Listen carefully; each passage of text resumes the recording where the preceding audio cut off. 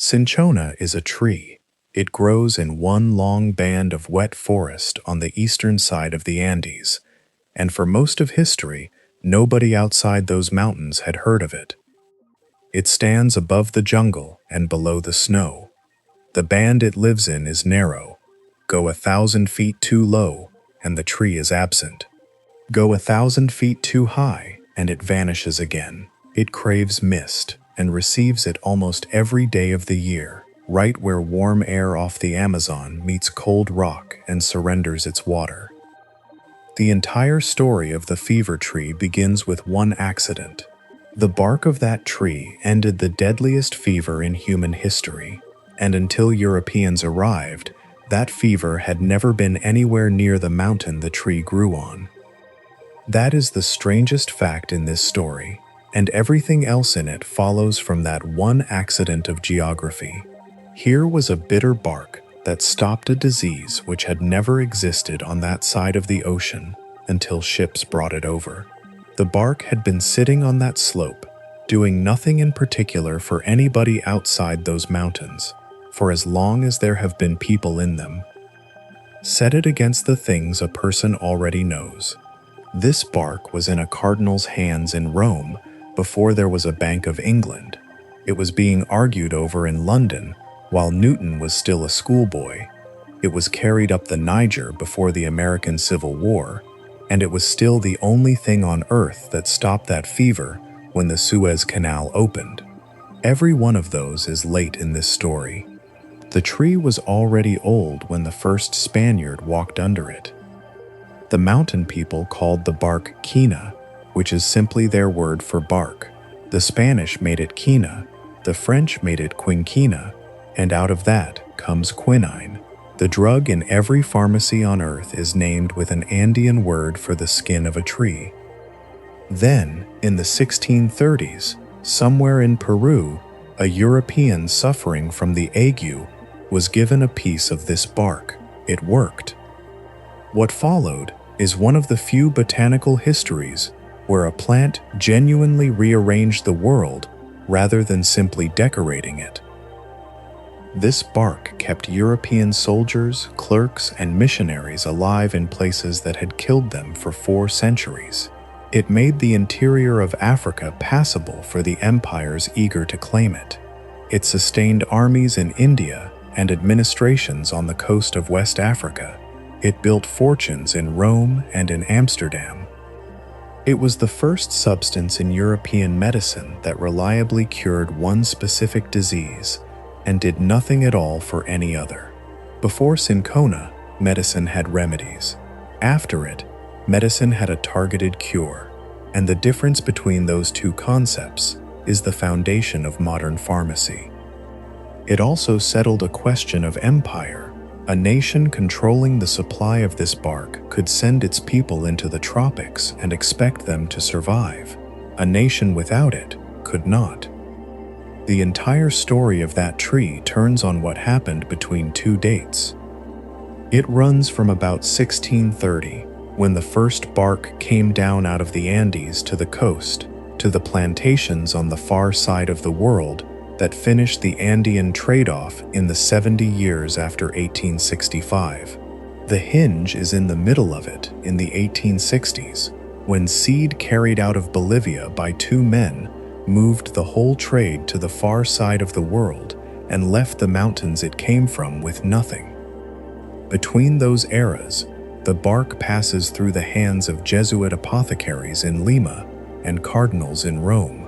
It involves a countess who was nowhere near where the legend places her, 80 years of Protestants refusing to swallow a Catholic powder, a London quack who was right for the wrong reasons, 2 chemists in a Paris pharmacy school, and a sweeping cast of gardeners, thieves, consuls, and clerks across 3 empires.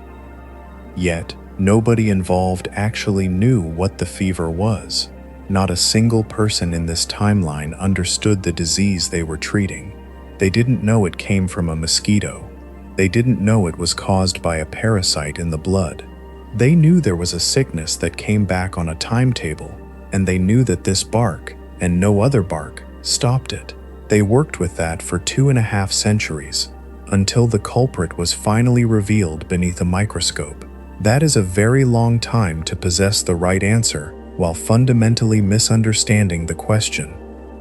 The tree, meanwhile, went on standing in the mist, doing what it had always done, making a bitter chemical to stop insects from eating its trunk, with no idea whatsoever what that chemical was about to be worth. Cinchona belongs to the coffee family, Rubiaceae. Its relatives offer better company than most plants get. Coffee itself, gardenia, madder, and the sweet woodruff that country folk used to lay in linen chests. It is a family with a habit of making strong chemicals and putting them exactly where they will be tasted. Botanical authorities currently accept just 24 species within the genus. That number is hard-won and remarkably recent. A late 20th century revision examined over 350 historical names proposed for Cinchona and concluded they described a mere 23 plants. Everything else was just the same trees, renamed by rivals or men who hadn't read the earlier descriptions. A 24th was finally added in 2017. There is a quiet irony buried in the classification. The species that anchors the entire genus, the one Linnaeus himself officially named, is confined to a small patch of southern Ecuador, carries very little quinine, and held almost no commercial value whatsoever. The tree the world actually wanted was somebody else. A cinchona is an evergreen. Depending on the species, it stands anywhere from 15 to 50 feet tall, though many of the trees that altered history were smaller, simply because the giants were the first to be felled. The leaves grow in opposite pairs, broad, glossy, and faintly leathery. Where each pair of leaf stalks meets the twig, a small flap of tissue bridges them. That flap is the signature of the coffee family, allowing a botanist to identify the lineage before even knowing the tree. But the flowers are what stay in the mind. They emerge in loose sprays at the ends of branches. Each is a small tube flaring into 5 lobes, ranging from pure white to a deep rose. They carry a rich scent. The edge of every lobe features a fringe of fine white hairs, making a flowering cinchona look deliberately trimmed. That fringe is entirely unique. No other plant in the family possesses it. It is the definitive hallmark of the genus. Then comes the fruit, a small, dry capsule. This is where the latter half of our history lives. When ripe, the capsule splits from the bottom upward to release its seeds, and cinchona seeds are almost nothing. Each is just 4 or 5 millimeters long, a flat oval, surrounded by a papery, fringed wing, perfectly engineered to catch the wind off a sheer mountain drop. A single capsule holds 40 or 50. A mature tree in a good year will cast them into the air by the 100,000. Remember that sheer lightness. Later, a single pound of these seeds, easily tucked into a satchel, will completely shift the global monopoly of medicine. Ultimately, the wood is unremarkable, the leaves are unremarkable, the flowers do little but attract moths. Everything that mattered about this plant was locked in its bark, specifically, the living inner bark, the thin, wet layer between the dead outer skin and the dense wood. That layer is bitter. It is difficult to say how bitter without sounding like a man reaching for an adjective. Quinine, the primary compound inside it, is one of the most bitter substances the human tongue can register. A trained palate can detect it in water at just a few parts per million. It is the bitterness in tonic water, and tonic water carries a very small fraction of a medical dose. For the tree, the bitterness is a defense. A warning is biologically cheaper than a wound. A caterpillar takes one mouthful of that inner bark and immediately seeks out a different meal. There are more than 30 of these bitter compounds in cinchona bark. Chemists group them as alkaloids, the same family of plant chemicals that gives us morphine and nicotine. Only one of them needs a name here. Quinine is the one that kills the parasite in the blood. And here is the fact that made the first 200 years of this trade a mess. The amount of quinine in any given cinchona tree is not fixed. It fluctuates by species, by the individual plant, by its age, the specific part of the trunk, the altitude, and even the season. Wild bark averages well under 1% quinine. Exceptional trees, discovered much later, can carry 10%, with the absolute highest assaying just over 13. That is a difference of more than tenfold between two pieces of bark that look, smell, and taste broadly the same. Historically, nobody could see that difference. There was no chemical way to measure it until 1820. So, for nearly 200 years, a physician could administer a dose of bark that miraculously saved one patient, then give the exact same weight to another and watch them die, with absolutely no way of knowing why. Half the arguments in this history, and most of the bad faith, come out of that one blind spot. There is a shadow hanging over the first 2 centuries of this story. The cure is in the bark, and taking the bark takes the tree. A cinchona can survive losing a small strip. It cannot survive being stripped bare. The living layer carrying water and sugar up the trunk is the exact same layer that holds the quinine. A ringed tree dies, and the men venturing into those forests were not paid to practice conservation. They were paid by the weight of dry bark delivered to the road. From the very beginning, the tree that cured the fever had to be killed to be used. Yet, remarkably, no one planted a cinchona outside those South American mountains for more than 2 centuries after the bark first reached Europe. The value of this bark only makes sense beside the sickness it cured. For most of human history, this sickness had no known cause, only a name and a rhythm. In English, it was the ague, a word as ordinary as a cough. In Italian, it was the mala aria, the bad air. That second phrase eventually became malaria, describing a flawed theory rather than the disease itself. Its brutal rhythm is what made it recognizable. It began with the cold stage, shivering hard enough to shake a bed, teeth chattering, piling on blankets in July. Then came the hot stage, hours of high fever, parched skin, and intense thirst. Finally, a drenching sweat, followed by an exhaustion so complete the victim would sleep for hours, waking up feeling almost well, only for the entire cycle to repeat 2 or 3 days later, like clockwork. Physicians named the varieties by the arithmetic of their return. A tertian ague struck every 3rd day. A quartan came every 4th. There was a form that arrived daily, one that struck twice a day, and the deadliest of all, a fever with no decent pattern, capable of killing within a week. That was the extent of medical knowledge, a seasonal plague governed by a merciless timetable. And it was not a distant, tropical threat. This is the part history often forgets. The ague was everywhere in Europe there was standing water. It haunted the marshes of Kent and Essex, where entire English villages ran fevers every autumn, surviving on poppy tea.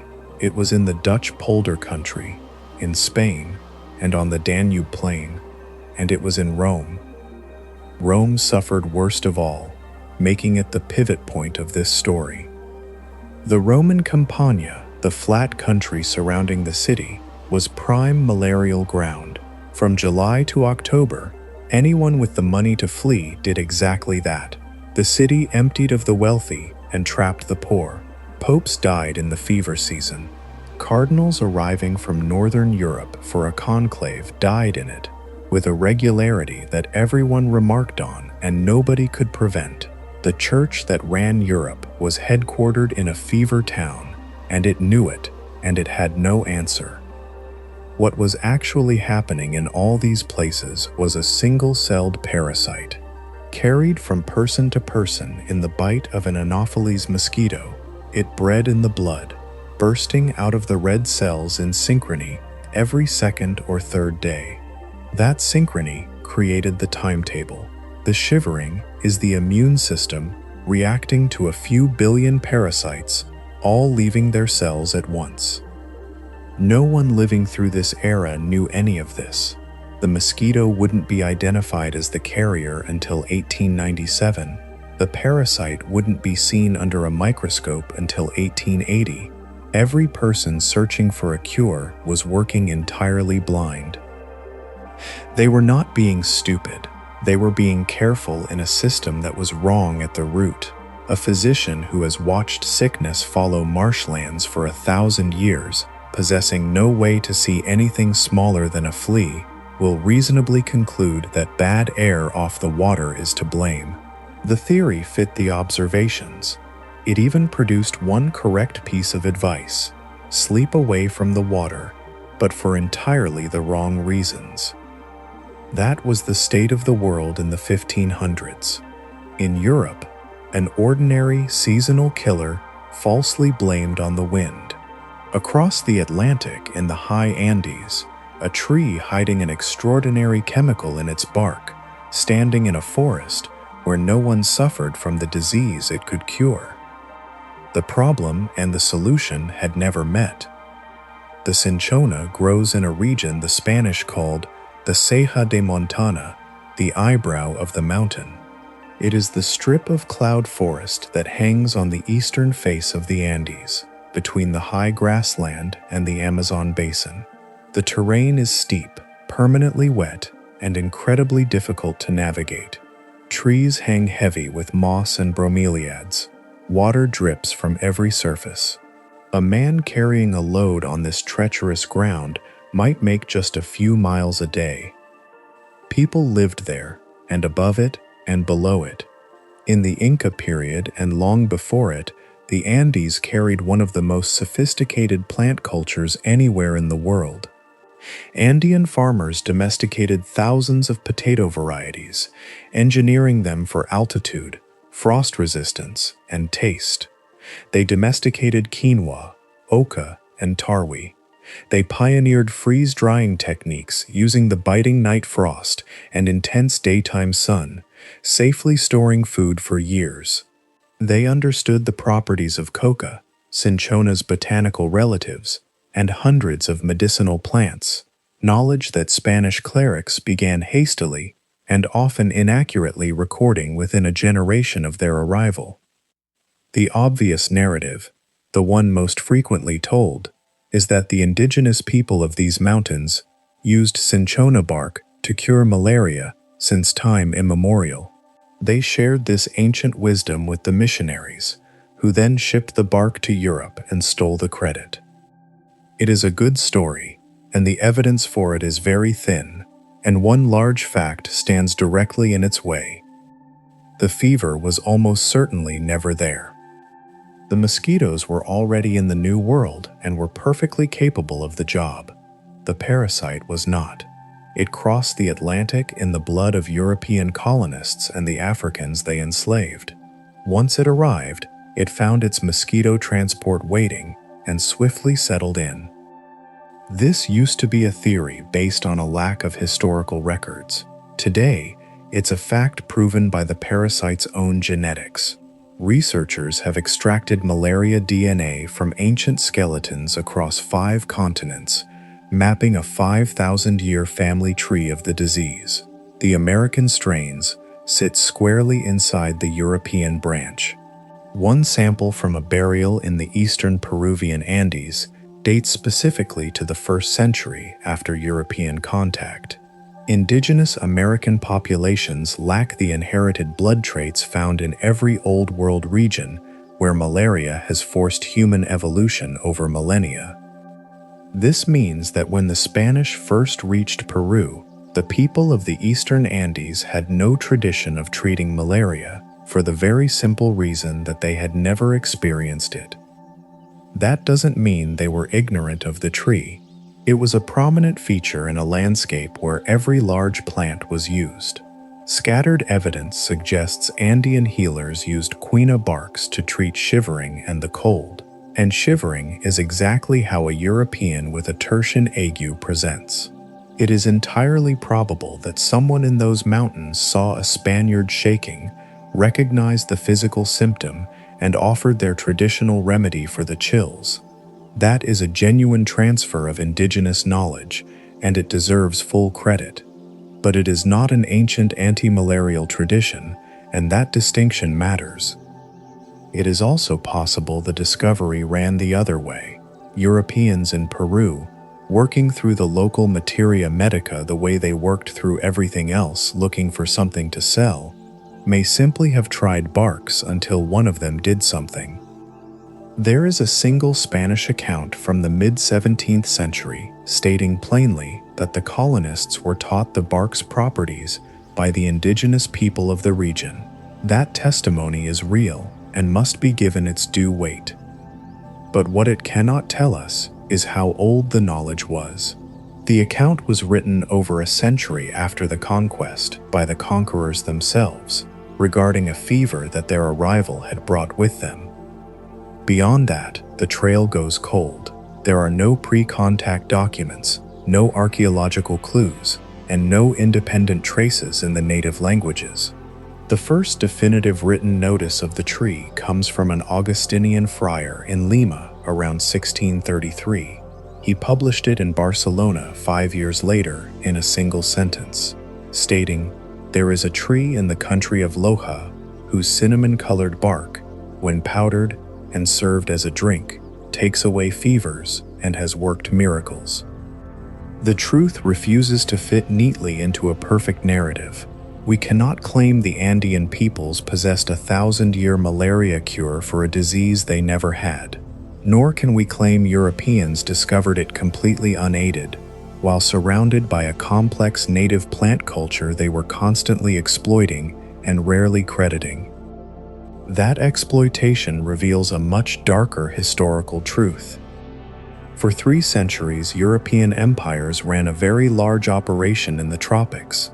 Their goal was to discover what local plants did and ship the valuable ones home.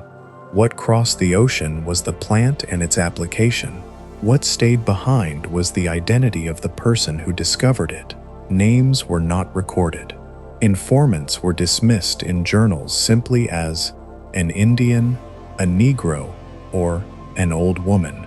Whole bodies of knowledge came into European books with the attribution sanded off, and once it was sanded off, it could not be put back. The second half of this dynamic is even uglier. Some knowledge was intentionally suppressed. European botanists in the West Indies and South America wrote virtually nothing about the plants enslaved women used to end pregnancies. The reason is not mysterious. A plantation economy counted children as capital, and knowledge that reduced the workforce was of no interest to anybody funding a voyage. The record we inherited is not simply incomplete, it was filtered by people with reasons. Cinchona sits squarely inside that legacy. The bark made it out.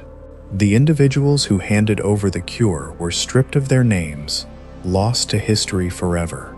That is where the honest version of it ends, and it is unsatisfying, and it should be.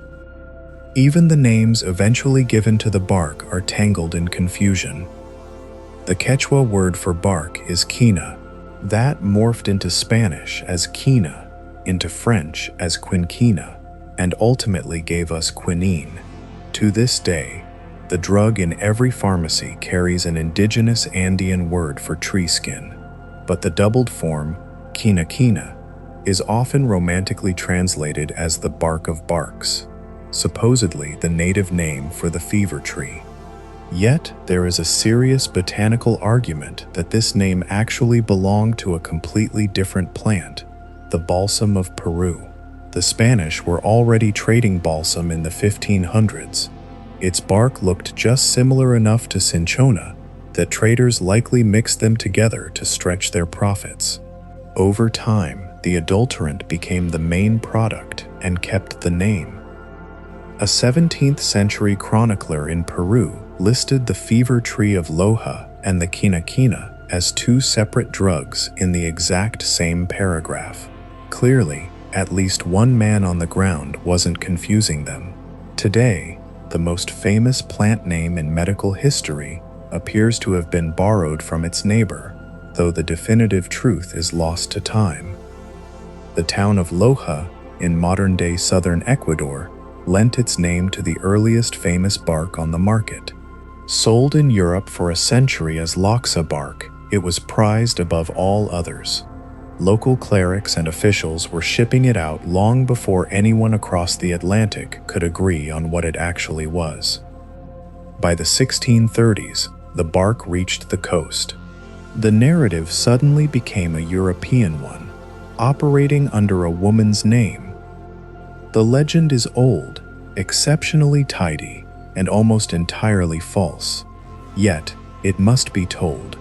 For 300 years, it was accepted as gospel, and it is the sole reason the tree bears its current name.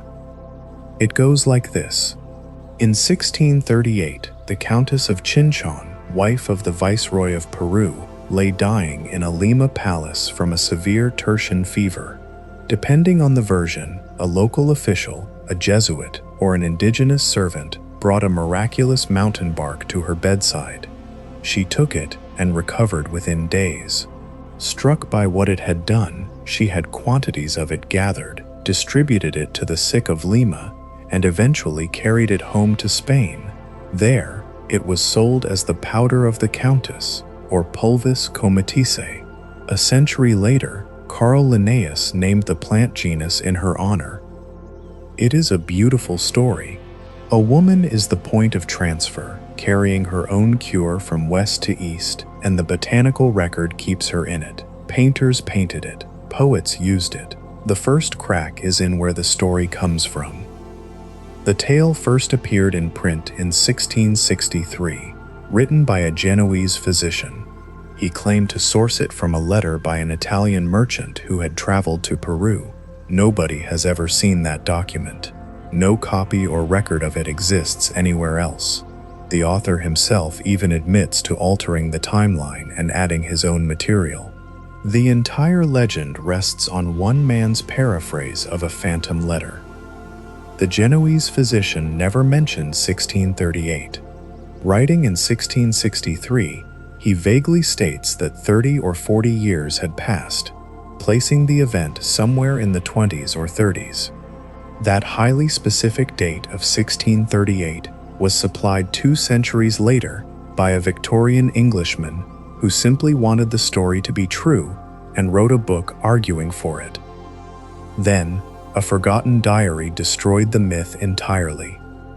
A cleric named Juan Antonio Suardo kept a day-by-day journal in Lima through almost the whole of that viceroyalty. Discovered in an archive in 1930, it was later gone over by a London medical historian. He searched line by line for the fever, the miraculous recovery, the grand distribution, and the triumphant voyage home. He found none of them. Over 11 years, the diary records the Countess as unwell exactly twice, once with an inflamed throat and once with a cough. On both occasions, she was out in public the very next day. Neither illness was malaria. What the journal does record, repeatedly, is the deteriorating health of the Count. He suffered from severe fevers more than once. In May of 1631, the illness gripped him so tightly, he made his confession, received the host, and handed his wife a sealed will. Every single time, his recorded treatment was bleeding and purging. Not once, in over a decade, is there any mention of a miraculous bark. The rest of the legend completely unravels in the archives. The Count actually had 2 wives. The first, whom the Victorians championed as the heroine, died in Spain in 1625, 3 years before her husband was even appointed viceroy. She never set foot in Peru. The second wife did make the journey, but there is no record of her ever contracting a fever. As for the triumphant voyage home with a cargo of cures, she never completed it. She died in Cartagena on the Caribbean coast in January of 1641, never to see Spain again.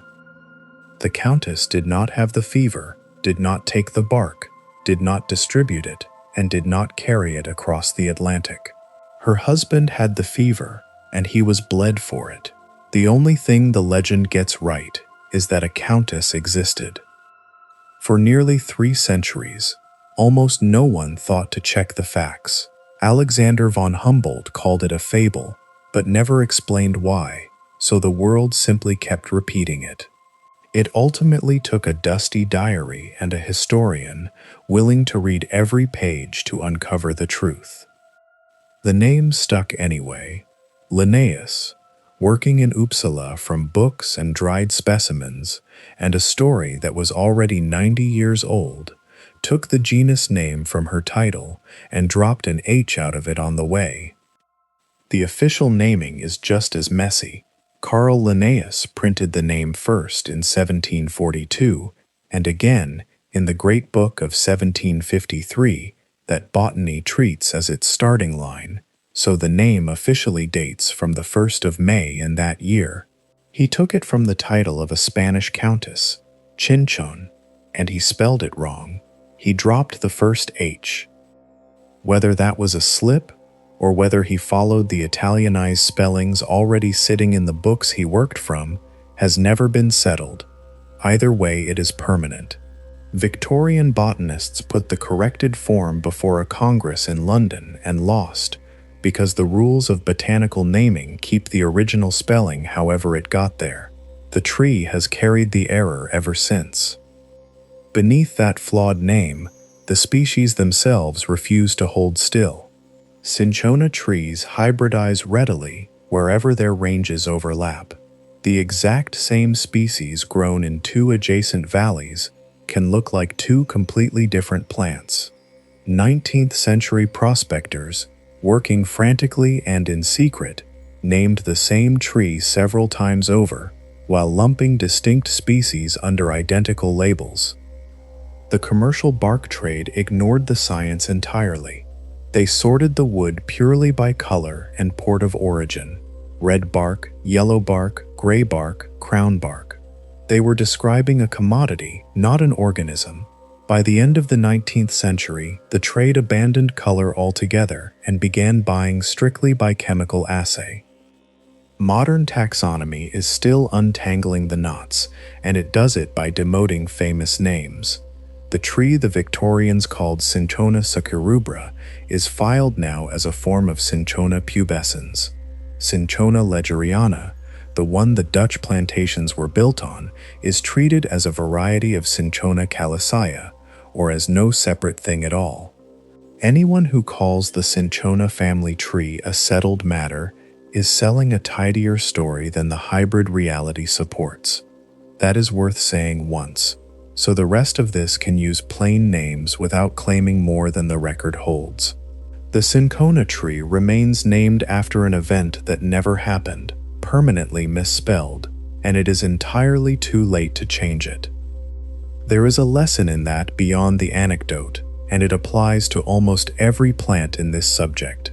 Medical history is full of origin stories, usually written by whoever held the pen.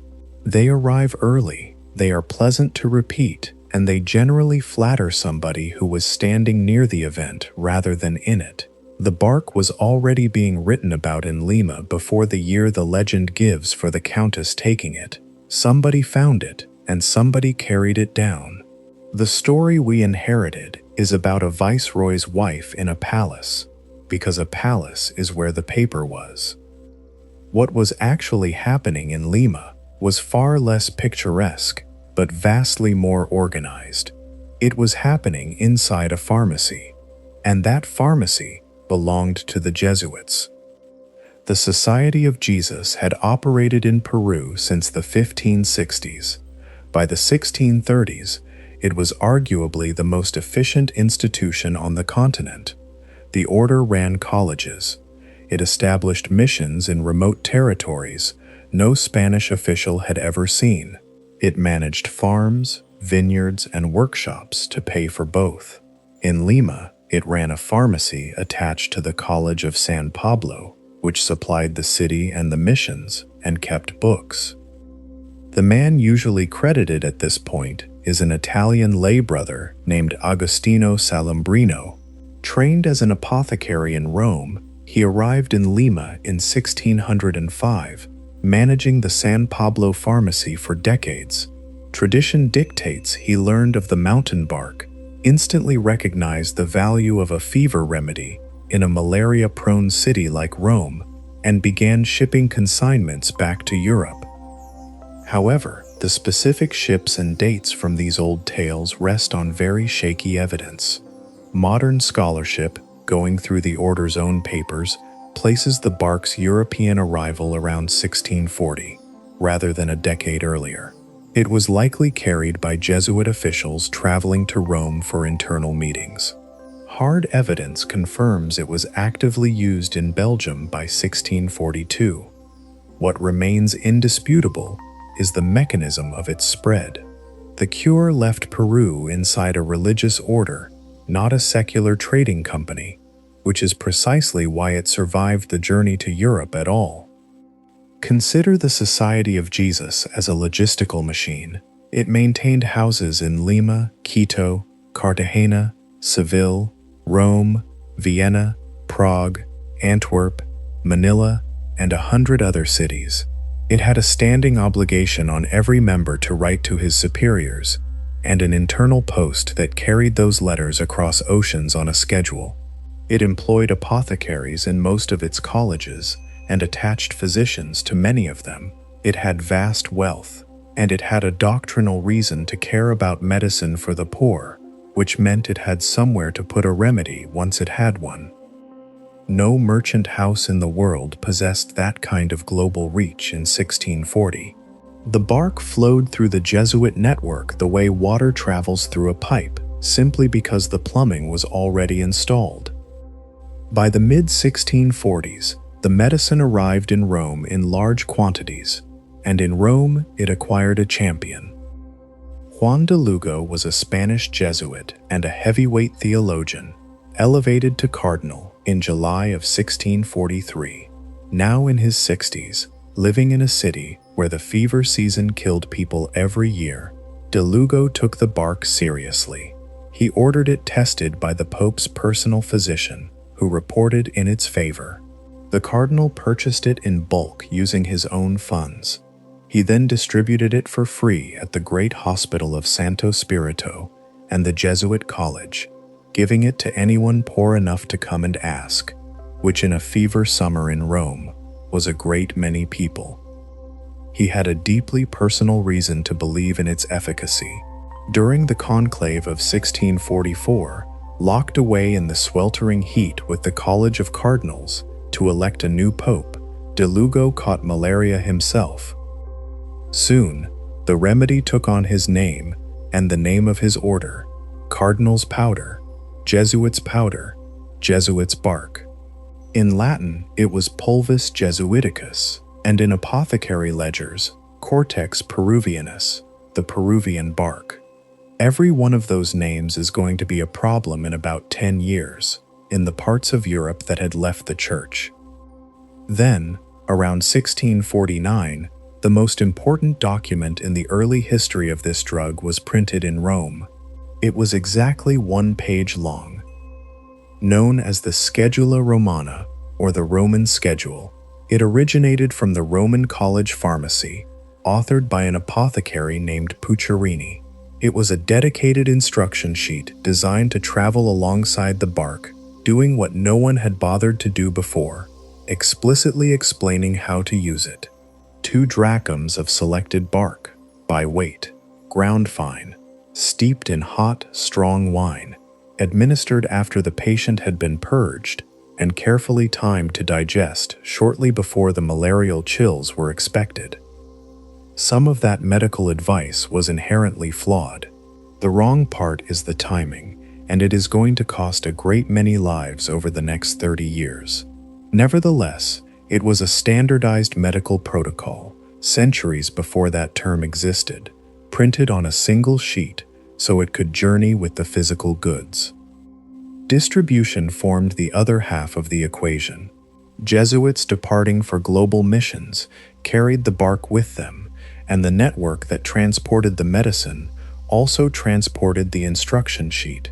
A lone missionary in the Danube Valley, or the Rhineland, could possess both the cure and the knowledge of how to apply it. That was far more than most educated physicians in those regions could claim. The commercial reality of this enterprise shouldn't be ignored either. The Jesuit order sold the bark to those who could afford it at a premium price, while giving it freely to those who could not. The profits were funneled directly back into their missions. The men involved saw no moral contradiction in this system, but the money was real. By the second half of the century, Peruvian bark became one of the most valuable cargoes by weight exported from the Spanish Americas. At certain points, it was worth several times its weight in solid silver. By 1650, the global landscape looked like this. There was a miraculous bark from a South American mountain no European had ever seen. It stopped a deadly fever almost everyone in Europe had experienced. It arrived with a printed instruction sheet, and it was entirely controlled by the Society of Jesus.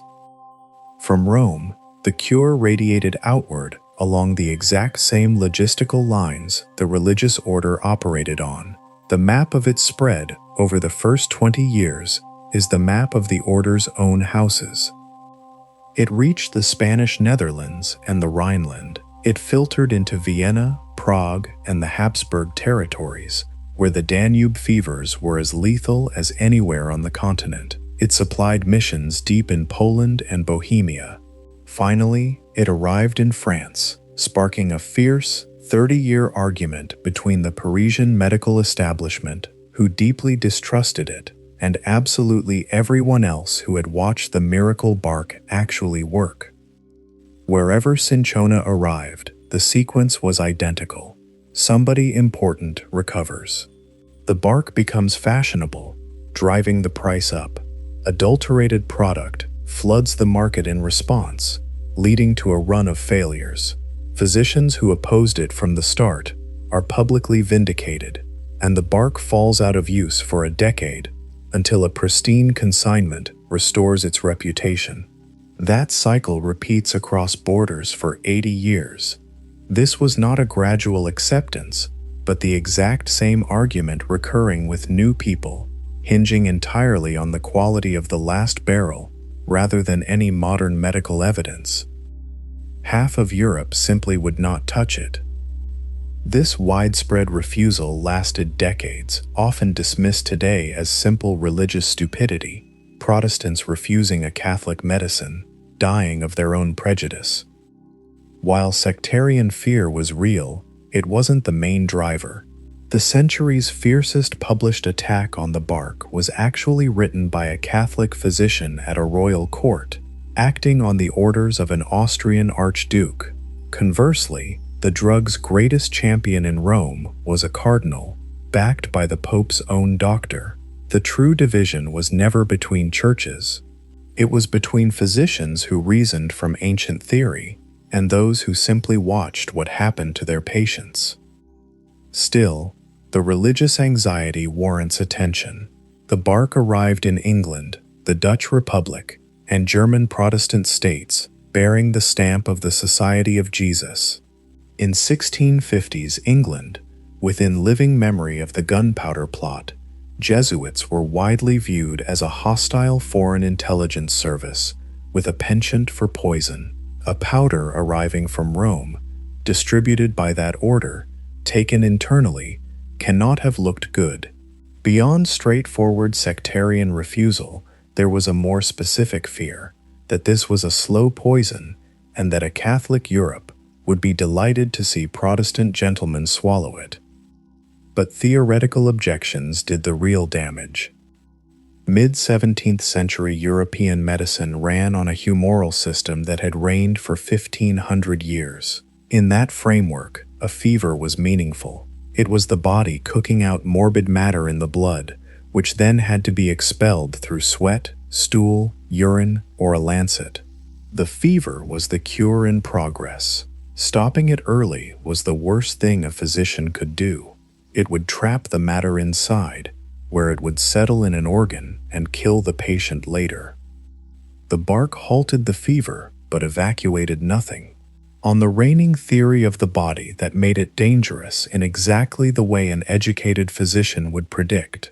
The best physician of the age in England said as much, even after he realized the bark worked. He wrote that suppressing the fit traps a vast mass of febrile matter, blocking nature's path of expulsion, and thereby endangering life.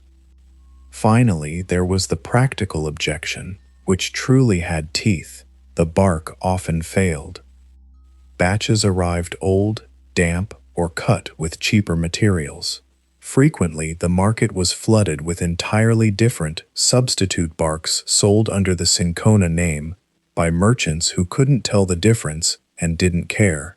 Other times, it was a low-yielding Cinchona species lacking sufficient quinine, indistinguishable by sight. And very often, the treatment proved useless because the administered dose was drastically undersized and only given once. There were plenty of bodies to point to as proof.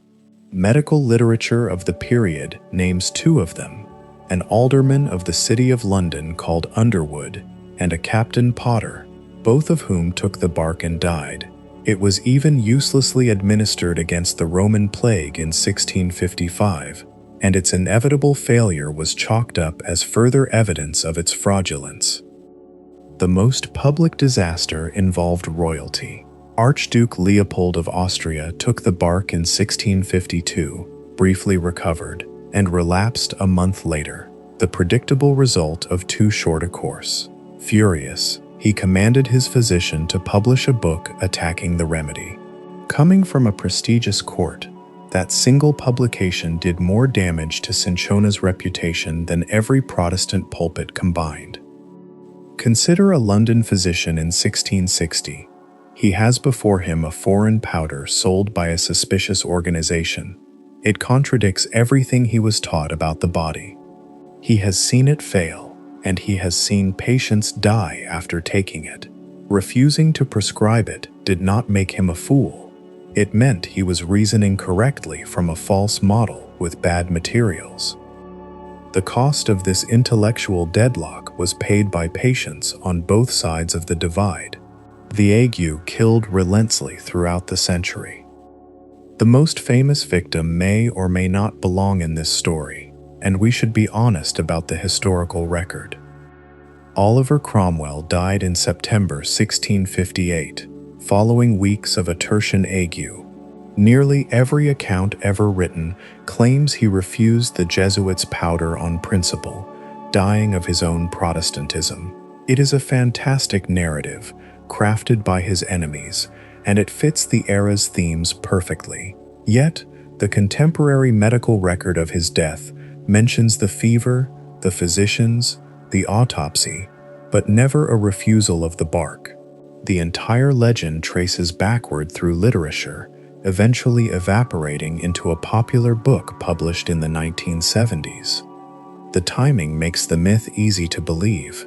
The powder was openly sold in London that year, advertised in newsbooks, and endorsed by the president of the College of Physicians.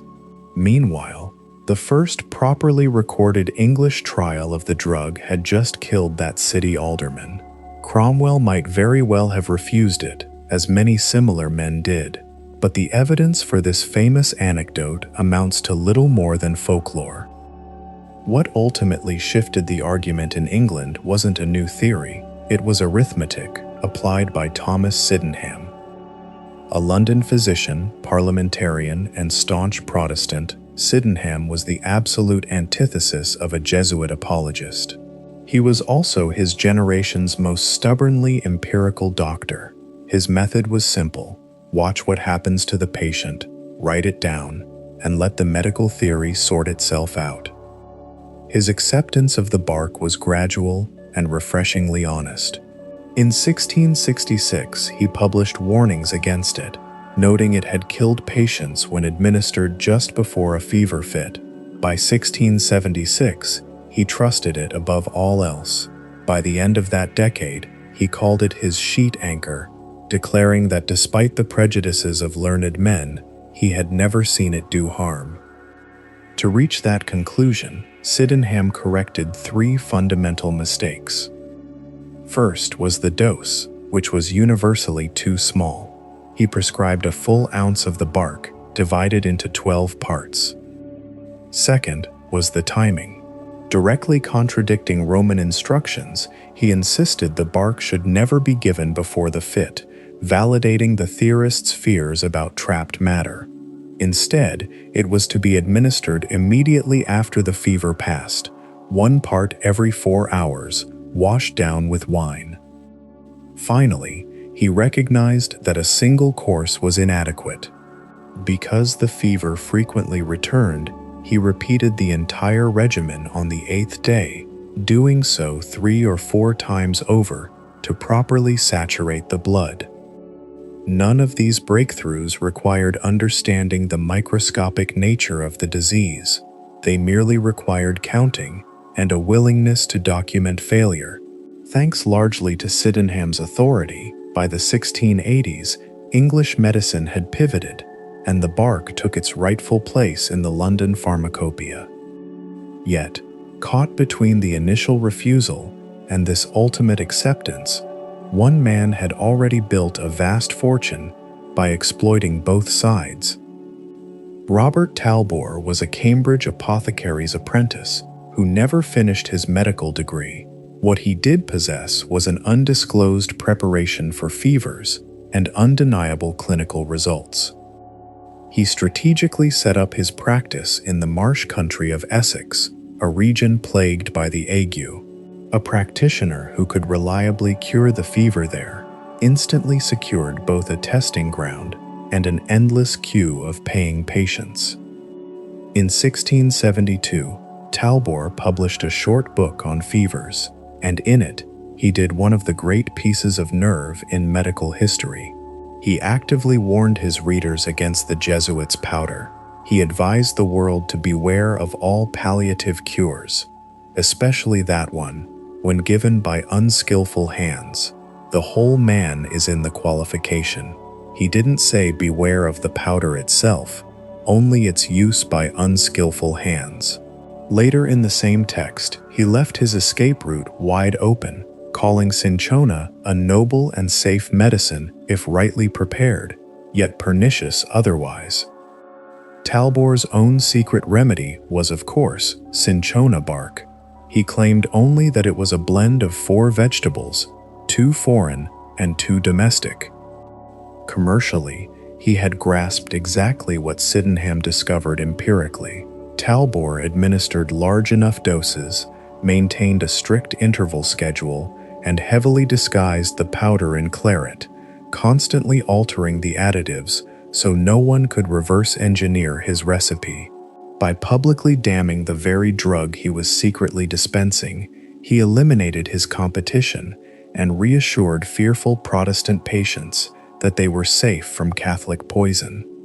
At one point, he even tried to corner the market, buying up French bark until the price tripled. It worked, in both senses. He cured people, and he became famous for it. Appointed physician to King Charles II in 1672, he was knighted 6 years later, and in the autumn of 1679, when the king himself fell gravely ill with a fever, he took the secret remedy of the Chevalier Talbot and recovered perfectly. The honors came first, and the famous cure followed. The College of Physicians objected loudly at every stage, and their complaints were accurate. The man was unqualified and refused to reveal what was in his medicine. The king kept him anyway. Then the cure went international. Talbot left for Spain and France in the same autumn, and by October, the court of King Louis XIV was convinced enough by the reports to buy the secret outright. The following winter, in 1680, Talbot treated the king's son and daughter-in-law. Both recovered, settling the matter in France for good. How much Louis paid is one of those figures everybody quotes, but nobody can actually source. 3 different sums circulate in popular accounts. They disagree with one another, and none lead back to a primary document. What is certain is the attached condition, likely proposed by Talbot himself, which captures the essence of the man in a single clause. The recipe would remain unpublished until after his death. He did not have long to wait. Talbot returned home to Cambridge, was elected a fellow commoner of his old college, and died in the autumn of 1681, still in his 30s. He hadn't even kept the secret to the end. A Paris physician managed to get a version into print the year before Talbot died. By 1682, the authorized text came out in Paris under royal warrant, followed by an English translation in London that same year. Finally, all of educated Europe could read what had been in the bottle. Cinchona bark in wine, given in a strong dose, on a fixed schedule. The French edition has a detail worth keeping. It prints Talbot's notes alongside the commentary of the king's own first physician, paragraph by paragraph. The book reads like a prominent professor arguing with a dead quack in the margins. The verdict on Talbot has been debated for 3 centuries, and it remains genuinely two-sided. He lied about his ingredients, publicly and in print, specifically exploiting religious prejudice for financial gain. Yet, he also ran the best fever practice in Europe, because his method was correct in every particular that mattered. The physicians who denounced him as a fraud were giving too little bark at the wrong times, yielding far worse results. He was a fraud about the what, but ahead of the entire medical profession on the how much and the when. For 200 years, this bark was an object that somebody behind a counter had to deal with. Almost every account of it skips from the mountain to the cure without saying what was in the jar. What arrived in a European shop were quills, curled tubes of dried bark, an inch or 2 across and a few inches long. They were gray-brown, foxy red, or dull yellow on the outside, depending on the species and the seller, and paler and fibrous where they had been cut. Packed tightly into bales, they arrived from warehouses in Cadiz or Seville, and later Amsterdam or London, having spent months at sea. The first job was deciding whether they were real. There was no chemical test, there was only expertise, which is an entirely different thing. An experienced druggist judged the bark by the color of its inner surface, by the way it snapped, and by whether the fracture was brittle or fibrous. He judged it by its smell, and above all by its taste, which had to be intensely bitter with a distinct, lingering astringency. Handbooks of the period devote endless pages to this, essentially trying to describe a skill that cannot be written down. The trade knew this and exploited it constantly. Adulteration plagued the entire business. Cheap bark from unrelated trees was dressed up and sold as authentic Peruvian cinchona. Exhausted bark, already boiled once to extract its virtues and then dried again, was slipped back into the bales. Good bark was cut with the bad, in exact proportions calculated to survive a druggist's taste test. There is a reason those handbook pages were so long. Then came the preparation. Whole quills are useless, so the bark had to be reduced to powder. Cinchona is tough, resinous stuff that clogs sieves and blunts blades. Grinding it was hard manual labor, done in back rooms with heavy mortars or mills. The dust is a severe irritant, leaving the men who ground it chronically coughing. The resulting powder was administered straight, stirred into wine or syrup. By the 18th century, the doses had climbed to the sort of quantities Sydenham had argued for. That is a great deal of intensely bitter powder to force into a patient, multiple times a day, while they are already nauseated by a raging fever. For its first 2 centuries, A primary practical difficulty of this medicine was simply that people could not keep it down. So the apothecaries did what apothecaries do. They made it into everything. Decoctions, boiled up and strained, were weaker but drinkable. They made hot and cold infusions. Tinctures steeped in spirit were stronger and had a longer shelf life. Extracts were boiled down to a soft, potent mass. Compound versions were mixed with orange peel or snake root to mask the dreadful taste. Pills were bound with syrup and coated to slip safely past the tongue. Every pharmacopoeia in Europe carried half a dozen forms of cinchona. The reason for this variety wasn't advanced chemistry. It was basic palatability and a desperate need to stop the vomiting. The century that followed was much quieter. Europe finally stopped arguing about the bark and simply started consuming it in enormous quantities without once asking where it was coming from or if the supply would last. Two critical things happened during those 100 years. The fever tree was finally described by people who had actually seen it, and the forests that held it began to empty out. The first proper botanical description came almost by accident, emerging from a French expedition sent to the Andes for an entirely different reason. In 1735, the Paris Academy of Sciences sent a party to Quito, in the Spanish Viceroyalty of Peru, to measure a degree of latitude at the equator. The goal was to settle an argument about the shape of the Earth, specifically, whether the planet bulged at the equator or at the poles. It was a grueling, slow, brilliant piece of scientific work involving remote mountaintop stations, taking the better part of a decade. Among the party was the explorer Charles-Marie de la Condamine. Traveling with the expedition was a botanist named Joseph de Jussieu, a member of the great French botanical dynasty. La Condamine traveled to Loja, observed the trees firsthand, and dated his memoir on the 29th of May, 1737. It was read out to the Academy in Paris the following year in his absence, and printed 2 years after that.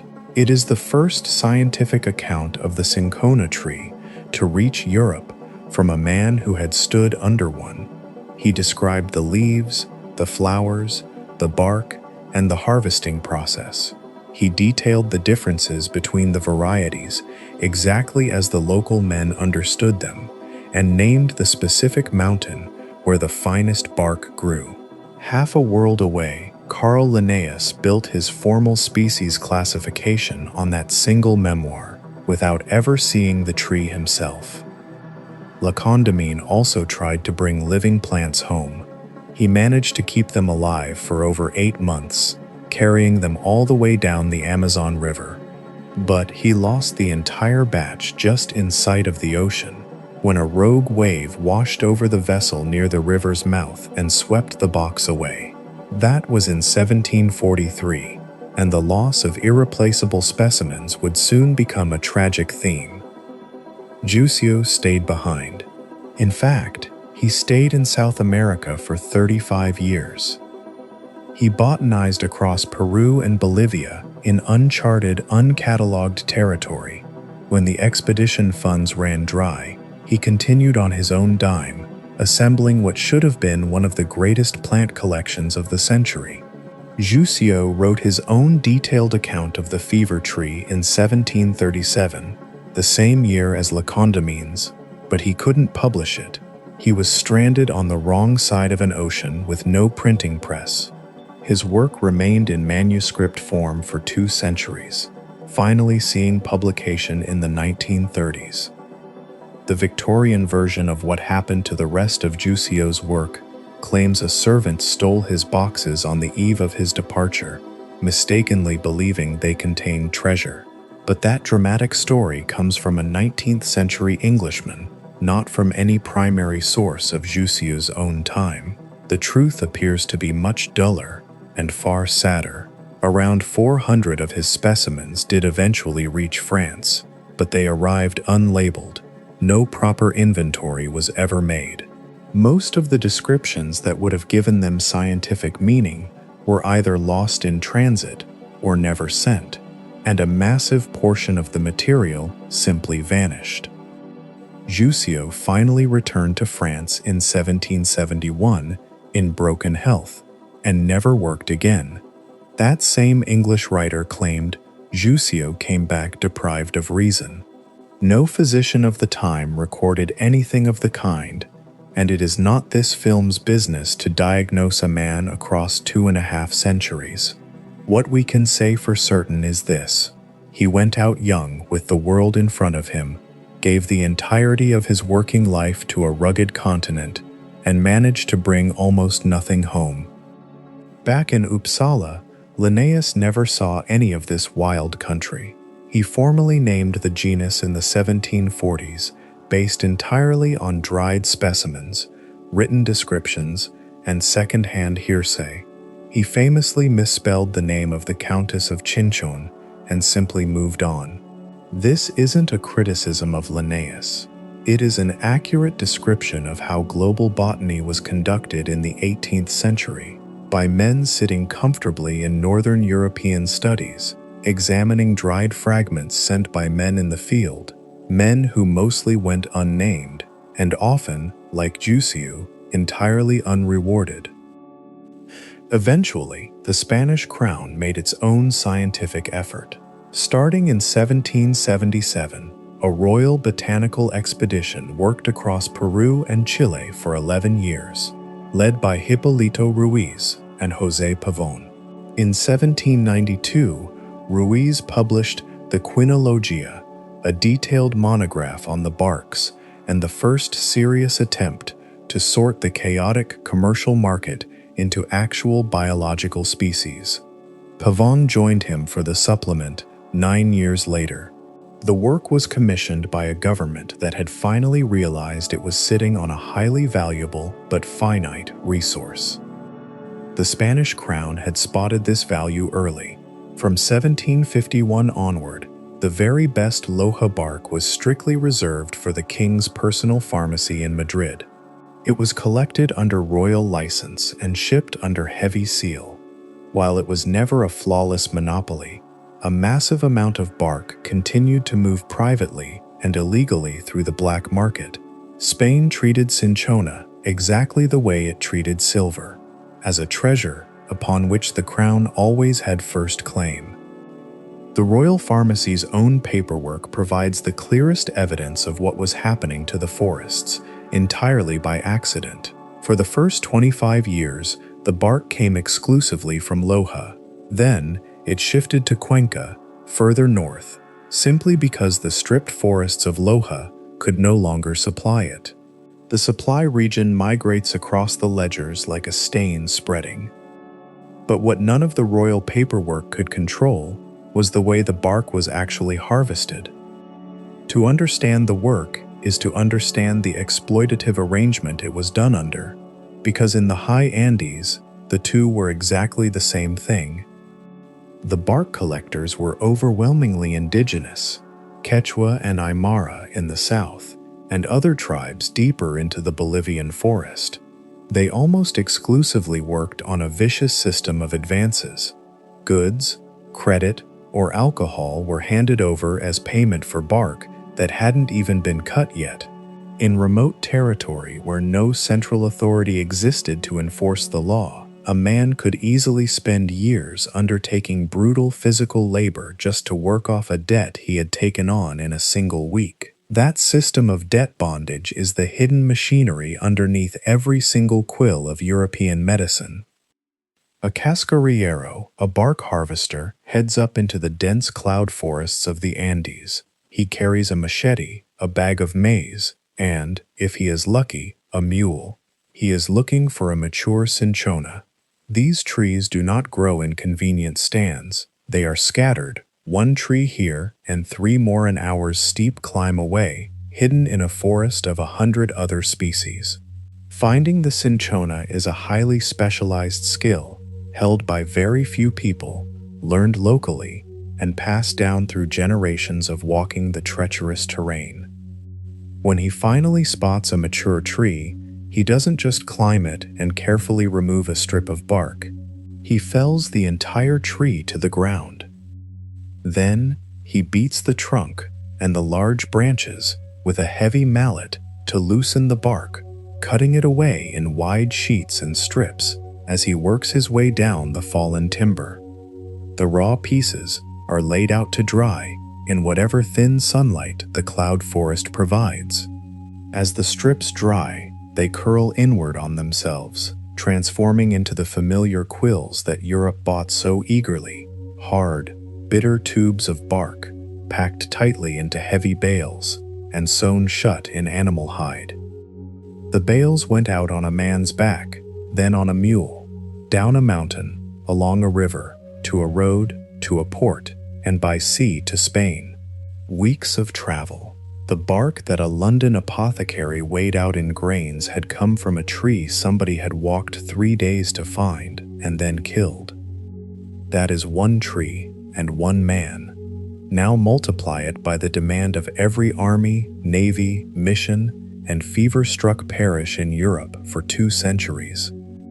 The forest near the roads went first, then the forest near the rivers. The trade moved outward and northward, and then south again the way a fire moves, from Loja into the rest of Ecuador, then into Peru, then into Bolivia, always into ground that had not been worked. Barkmen went further and stayed out longer for less. Officials wrote worried reports about the exhaustion of the stands from the 1770s onward, and nothing whatever was done, because nothing could be done. No individual barkman could afford to leave a tree standing for somebody else to fell. But a word of caution against overtelling this ruin.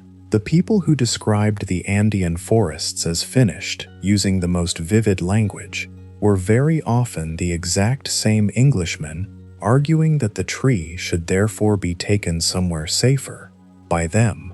In 1860, the year the British expeditions went out to rescue the species, the Andean republics exported the better part of 2 million pounds of bark. A resource being stripped and a resource already gone are different things, and the men writing the reports had a vested interest in the second. What remains undeniable is the trajectory. The stands nearest the roads were worked out, the supply moved, and the trees in this genus now stand on average around half a kilometer higher up the mountains than the records of 1800 put them. That is what it looks like when everything reachable has been cut. There is a bitter symmetry in it that the men involved could not see. The same trade that carried this bark to the world was steadily removing the world's only supply of it, one tree at a time, and it had no other way of operating. By the 1820s, when the Spanish Empire in South America came apart and the new republics of Peru and Bolivia inherited the trade, the good forests near anywhere convenient were gone. And at exactly that moment, in a laboratory in Paris, 2 men separated the thing that had been doing all the work. Paris, 1820. The place is the School of Pharmacy, and the 2 men are Pierre-Joseph Pelletier and Joseph Bien-Aimé Caventou. They were working in the middle of the most productive 20 years chemistry has ever had with plants. A German apothecary's assistant had pulled the active principle out of opium and called it morphine. The moment that was accepted, everybody with a laboratory bench began doing the same thing to everything else on the shelf. Pelletier and Caventou were the best of them. In the 3 years prior, they had named the green coloring of leaves chlorophyll, taken emetine out of ipecacuanha, taken strychnine out of the vomit nut, and taken brucine and veratrine out of 2 more. There had been a near miss on the bark already. A Portuguese naval surgeon named Bernardino Antonio Gomes, presenting to the Academy in Lisbon in 1810, had isolated a crystalline substance out of gray bark and named it cinchonino. He thought it was the sole active principle. It was in fact an impure mixture of at least 2 of them, and he did not chase it further. He could hardly have known what he had, because the word alkaloid did not exist until 7 years later. The true credit belongs to Paris, because Paris did the whole job. They proved there were two substances and not one, separated them clean, made the salts of each, and published a method other people could follow. And in the memoir where they did it, Pelletier and Caventou named Gomes and gave him his due, which they were under no obligation whatever to do. What they achieved was not complicated by modern standards, but was extremely difficult at the time. Grind the bark. Treat it with a base to free the alkaloids from the plant acids holding them. Pull them out with a solvent. Then, and this was the hard part, separate them from one another, because cinchona bark does not contain one active thing, it contains a family. In the autumn of 1820, they read their results to the Academy in Paris. Two substances, cinchonine, which Gomes had glimpsed, and a second, more soluble and more active, which they named quinine, after quinquina, after quina, the Quechua word for bark. Then they did something worth stopping on. They did not take out a patent. They published the method in full and made no exclusive claim on it. Within a few years, quinine sulfate was being manufactured in France, England, Germany, and the United States, and the cost of treating a fever fell and went on falling. That should not be sentimentalized into poverty, because it is not true. Pelletier went into the business himself and did quite well. But by the middle of the 1820s, his works at Noli was putting 160 tons of bark a year through the process and turning out the better part of 2 tons of quinine sulfate. What the two men gave away was the monopoly, not the trade.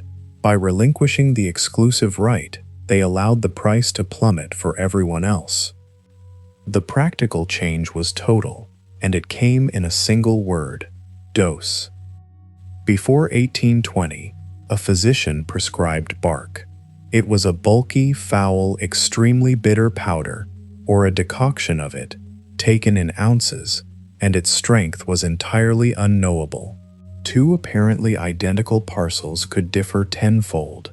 Every medical dispute of the previous 2 centuries about whether the bark actually worked had that variability at the bottom of it.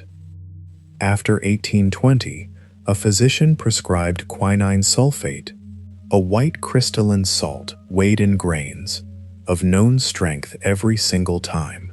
The variability moved out of the medicine and into the accounting of the man who bought the bark. A doctor could now give a number, and the number meant the exact same thing in Rome, in Calcutta, and in the Mississippi Valley. That is the moment the bark stops being a remedy and becomes a drug. And it is the exact moment the demand curve goes almost vertical. The old guesswork vanished, the pharmacopoeias thinned out, and the compound preparations of bark became curiosities. Quills of unknown strength cannot be issued to an army. Weighed grains can. Which brings this story to the part where a tree changes the map. For 400 years, tropical Africa had been closed to Europeans, and it was not closed by armies. It was closed by fever. The coast of West Africa was called the white man's grave, and the name was earned by the statistics. European death rates on that coast in the 1700s and early 1800s ran at levels that no commercial or military enterprise could sustain. Trading forts were manned by men who expected to die there. The British made a brutal demonstration of it in 1841. An expedition went up the Niger with 3 steamers, the Albert, the Wilberforce, and the Soudan, with the intention of making treaties and establishing a model farm far up the river. 145 Europeans went up. 130 of them took the fever. 9 in every 10. 40 died, including the captain of the Sudan. The expedition came out having achieved nothing, and the disaster was public enough to end British ambitions on that river for a decade. The part of it that ought to be better known is the other column of that same table. 158 African crew members went up the river on the same ships, in the same water, bitten by the same mosquitoes. 11 of them took the fever, and essentially none died. Nobody on board could explain it. It remains the plainest possible demonstration that what was killing the Europeans was not the air, or the sun, or the perceived moral hazard of the tropics, but a specific infection that the local population had grown up with and survived. 13 years later, the same river was tried again. The same climate, the same mosquitoes, the same parasite, but the result was completely different. William Balfour Beatty went up the Niger in 1854 in a single steamer, the Pleiad. He was the ship's surgeon and naturalist, and took command only because the man appointed to it died at Fernando Po before the voyage properly began. Beatty had read a naval report published 7 years earlier by a surgeon named Alexander Bryson, who had gone through the Admiralty's mortality returns and concluded that quinine should be given continuously to men who were not yet ill. Beatty did exactly that. 12 Europeans, 5 grains of quinine in 2/3 of a glass of wine, twice a day, every single day. They were on the Niger and the Benue for 118 days, and went 250 miles further up than any European had ever been. Beatty came back down, having lost no European at all. An entire continent had been protected from European occupation for 4 centuries by a parasite. Quinine took a large part of that protection away. Everything that follows in the second half of that century, the expeditions, the concessions, the treaties, the partition of Africa between European powers at a conference table in Berlin, sits on top of the fact that Europeans could now go inland and expect to come back. The rifle and the steamboat get the credit in most tellings. The bark did a great deal of the exact same work. Historians have argued the size of that claim ever since, and the careful ones are right to do so. European death rates in the tropics fell for a dozen overlapping reasons in that century, and quinine was one of them, rather than the entirety of it. But the 2 Niger expeditions sit 13 years apart, on the same river, with the same disease, and the only material difference between them is a white powder. That comparison is hard to argue away. The same thing was true, if less dramatically, everywhere else Europeans went. The British administration of India ran on quinine. It was issued to troops, to police, to railway workers, and to civil servants. It was a permanent budget line and a perpetual worry, because every ounce of it came out of foreign forests, at a price foreign republics set. Even a pleasant modern relic of it comes from there. British officers in India took their quinine in water with sugar to get it down, because neat, it is savagely bitter. A London firm patented a quinine tonic water in 1858, and Schweppes had one on sale by the 1870s. Somewhere along the line, somebody added gin to the tonic. But the story that the gin and tonic began as a daily medical dose is charming and mostly wrong. The first appearance of the phrase in print, in a sporting magazine in Calcutta in 1868, describes it as a drink at a race meeting, not as medicine at all. Tonic water then carried more quinine than tonic water now, but it still held only a small fraction of what anyone was actually given for the fever. A man would have had to drink it by the bucket to get his daily dose, and the gin would have killed him long before the malaria did. Real quinine in India was taken in wine, in sherry, in harsh powders, and in pills by people who were decidedly not enjoying it. The tonic was just a way of making a milder form of it tolerable, and it turned into a taste that outlived its reason by a century and a half. One small piece of physics belongs here too, and it happens in a glass. Put a solution of quinine in a glass, shine violet light through it, and the liquid glows blue. It doesn't reflect the light. It glows, radiating a color entirely absent from the light going in. John Herschel noticed this in 1845 while examining a tumbler of quinine solution. He described it as a beautiful celestial blue, assumed it was a surface reaction, and gave it a name that didn't stick. 7 years later, George Gabriel Stokes figured out what was actually happening. The substance was absorbing invisible light and emitting it at a visible wavelength. It wasn't a surface effect at all. Needing a word for this phenomenon, Stokes apologized in a footnote for coining one. He was almost inclined, he wrote, to call the appearance fluorescence, derived from fluorspar, much like opalescence comes from opal. So the term is named for a mineral, but the specimen in the glass, the substance he drove nearly all his research on, was quinine, a bark from a Peruvian cloud forest, sitting in a tumbler on a Victorian windowsill, became the founding experiment for half of modern laboratory science. By the 1850s, the global situation was this. Quinine was essential to every European power with tropical ambitions. It was issued daily to hundreds of thousands of men. It couldn't be made in a lab, and wouldn't be for another century.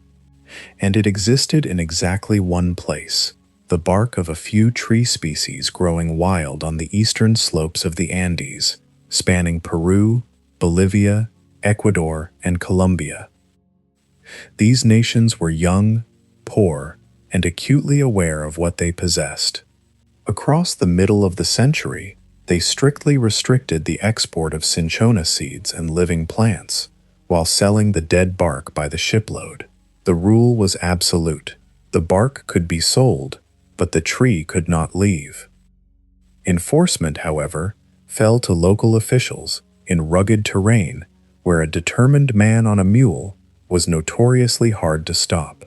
Still, it remains the strongest monopoly any producing region has ever held over a single commodity, lasting roughly 15 years. Before this story leaves Europe for good, it is worth staying in the marshes a little longer, because the ague was a domestic disease, and its ending at home is part of the same account. In the 1700s, the English Fen country was one of the sickest places in northern Europe. The land was flat, wet, and carved by stagnant water. In the parishes of the Fens and along the Thames estuary, the fever was so commonplace it hardly warranted a doctor's visit. Burial registers from these parishes read like those of a tropical colony. Outsiders who moved there, especially the clergy, were famous for either fleeing or dying. Locals managed the symptoms with what they had. Opium was the standard remedy, grown locally as poppy and taken as tea or pills. It did nothing to cure the fever, but it made the violent shivering easier to endure. When Peruvian bark was available, it was often taken in doses the poor could afford, which is to say, doses too small to actually work. The bark was expensive throughout. That is a plain and constant fact of the whole period, and it decides a great deal.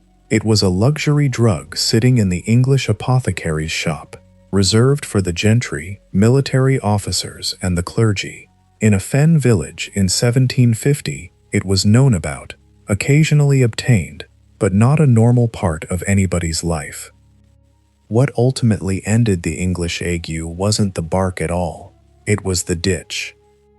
Between the 17th and 19th centuries, the wetlands of England and the Netherlands were systematically drained for agriculture. Windmills and steam pumps siphoned off the water. Rivers were straightened and embanked. Over a century and a half, the shallow, standing water the mosquitoes needed to breed was entirely erased from the landscape. Nobody did this to stop the fever. Nobody knew that draining a marsh eliminated a mosquito because nobody knew the mosquito mattered.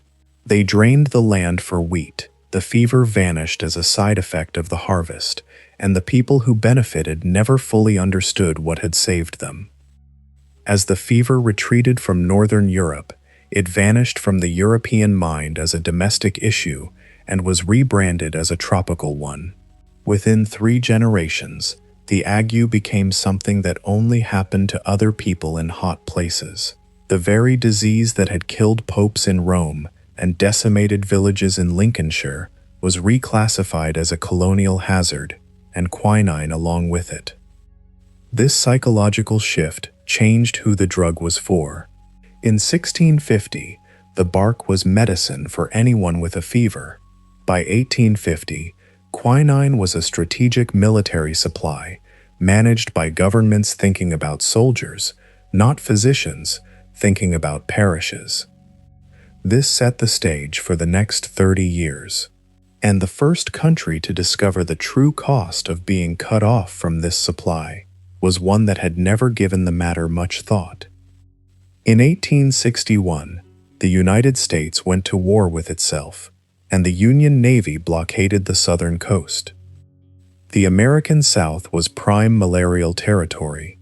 The Mississippi Valley, the Carolina Low Country, and the river bottoms of Georgia and Alabama ran fever every summer. 2 armies were about to spend 4 summers camped in exactly the wrong places, digging exactly the wrong kind of standing water. The Union had quinine. They bought it by the ton from northern manufacturers and issued it daily in whiskey as a preventative measure. The medical department's purchases ran into millions of doses. The Confederacy had almost none, and they couldn't make any because the bark had to arrive by sea. The Union blockade didn't have to be airtight to cripple the South. It only had to make the trade exorbitant, which it did. Quinine in the South went from a few dollars an ounce before the war to something in the hundreds by the end of it, when it could be found at all. It was among the most valuable contraband of the whole war, and the smuggling was inventive in a way that has kept it in the anecdote books ever since. Quinine sewn into clothing, packed inside the hollow heads of children's dolls, and hidden within the hoops of women's skirts.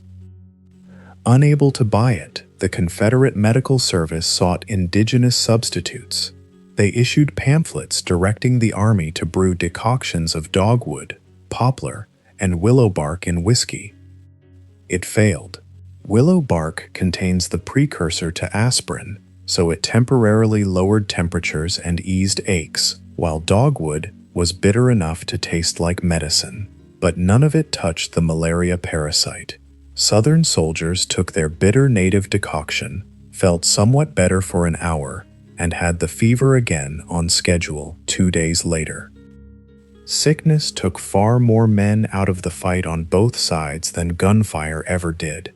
The number usually given is that fever cases in the Confederate armies ran to well over 1 million across the war, and the absence of this one bark is a real part of why the Southern armies wasted away in the field.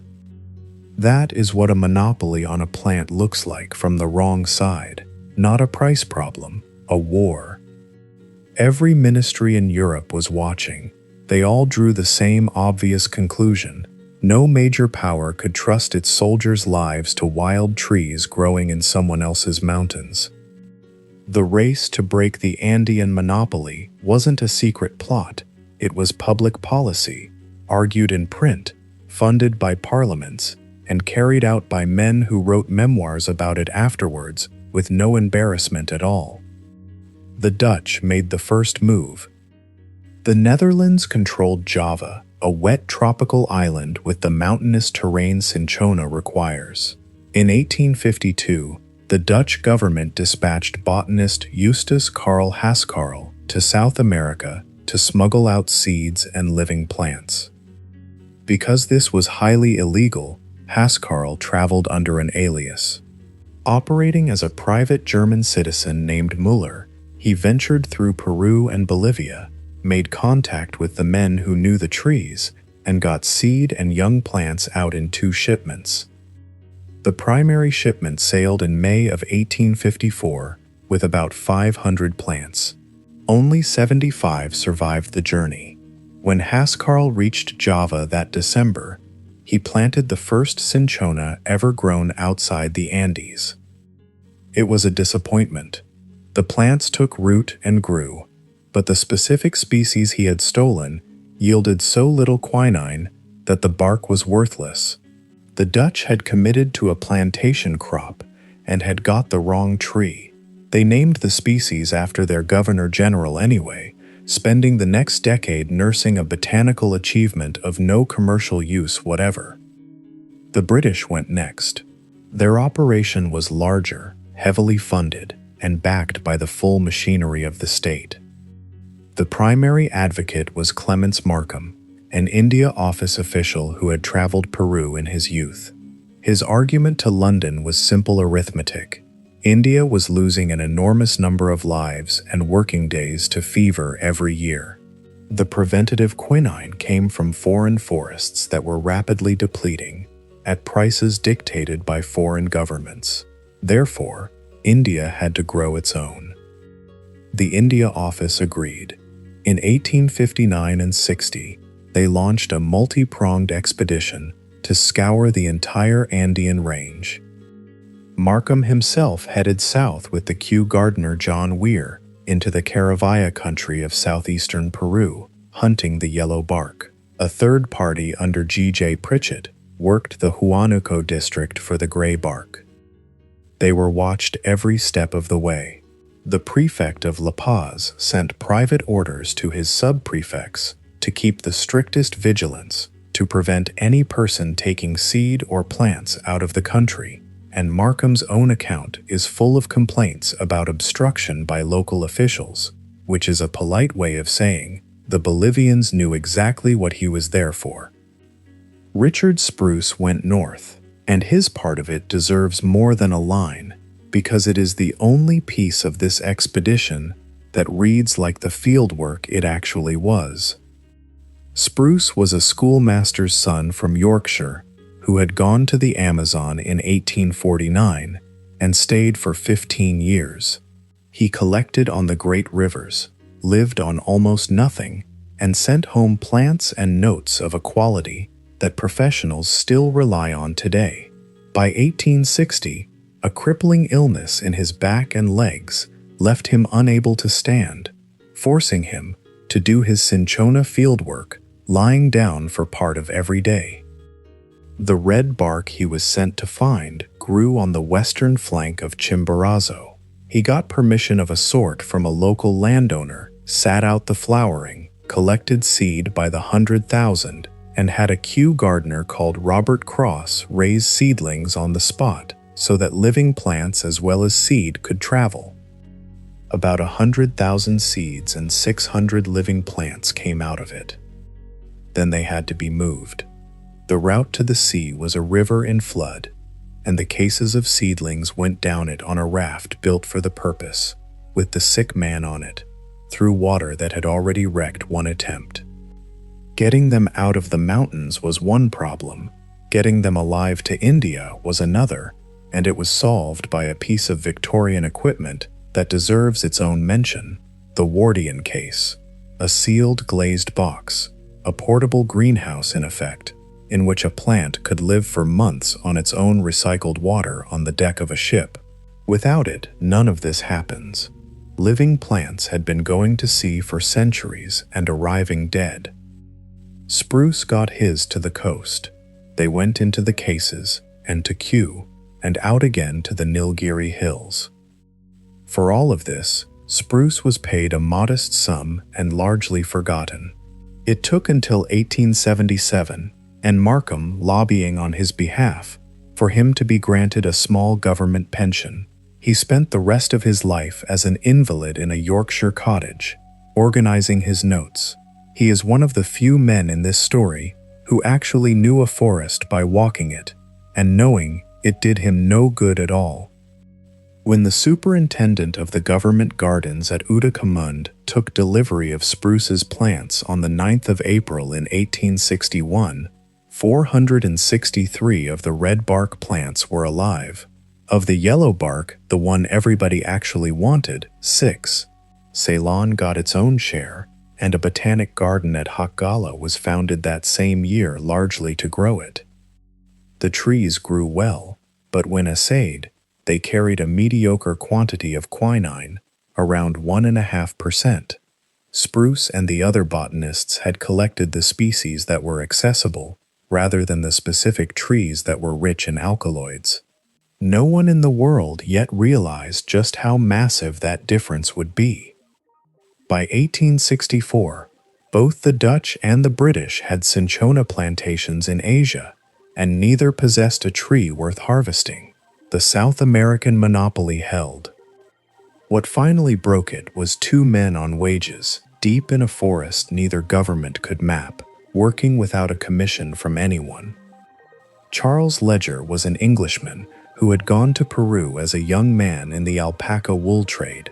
Over decades, he learned the country, spoke the languages, and tried to make money in various failed schemes. For much of that time, he employed an Aymara man from Bolivia named Manuel Incra Mamani. In the most exact, technical sense, Mamani is the true expert of this story.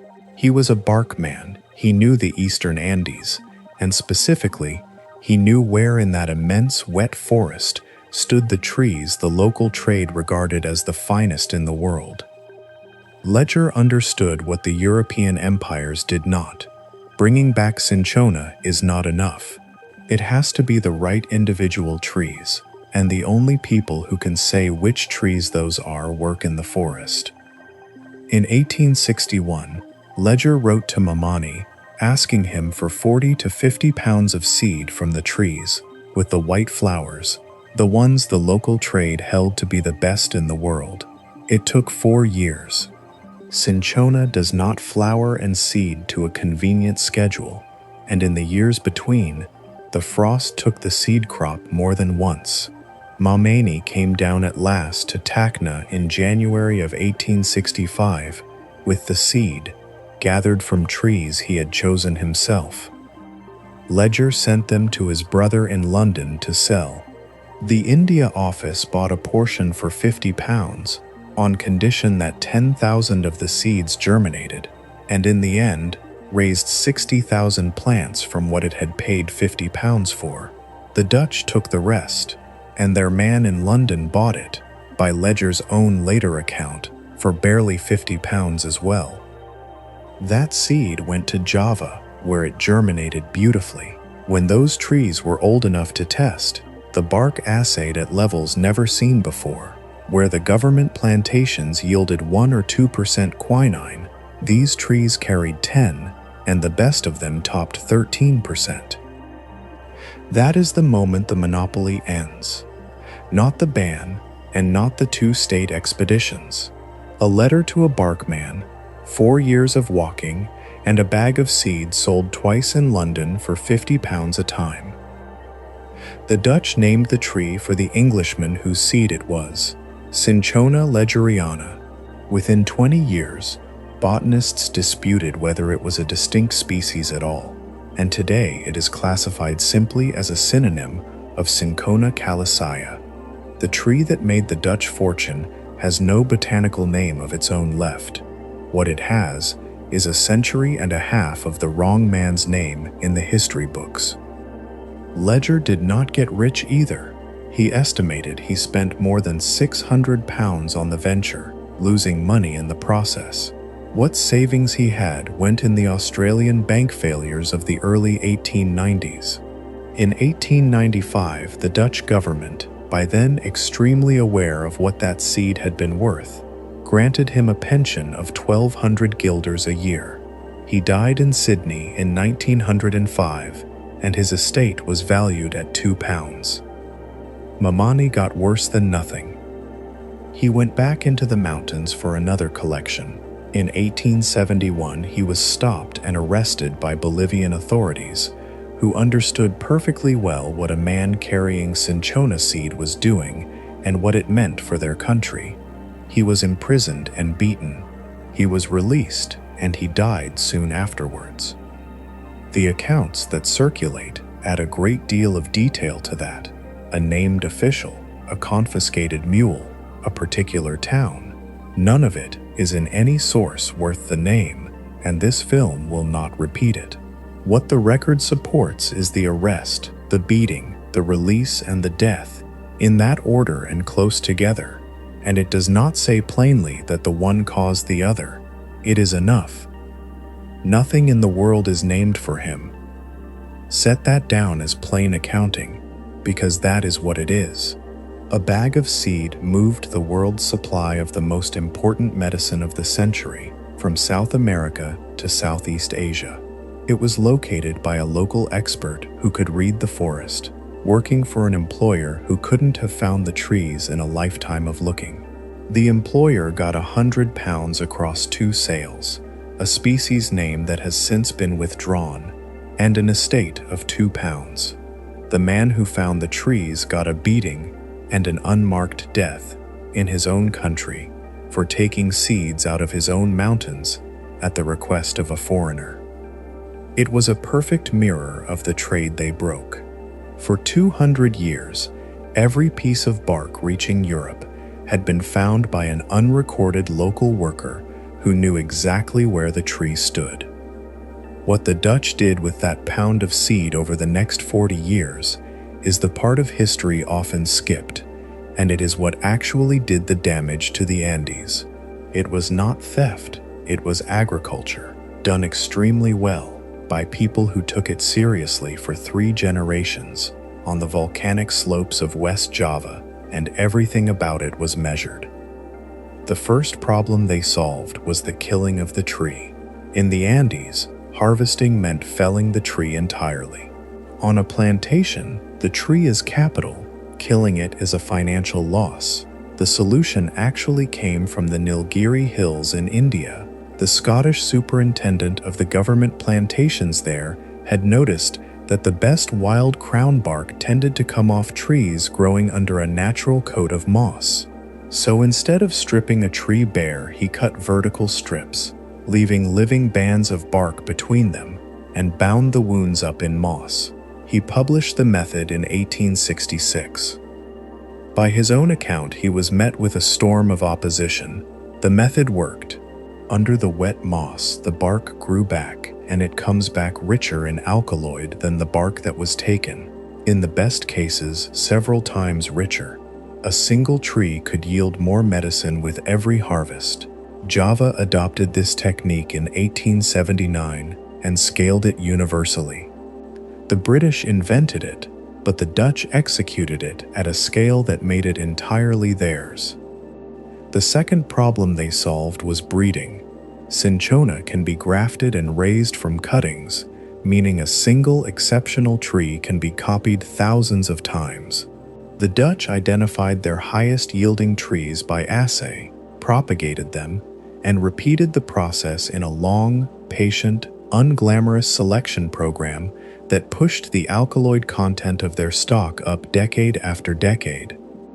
The third pillar was the laboratory. Every batch of bark leaving Java was scientifically tested for quinine content and priced exactly on that number. The variability that had wrecked 2 centuries of European medicine was not merely reduced, it was turned into the unit of sale.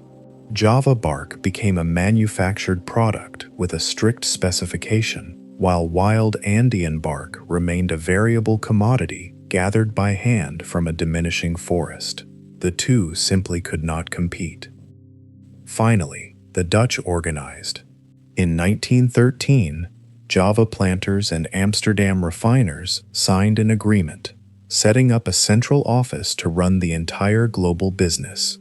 By 1918, this office fixed the price of quinine, set production quotas for every estate, and legally bound manufacturers to hold the line.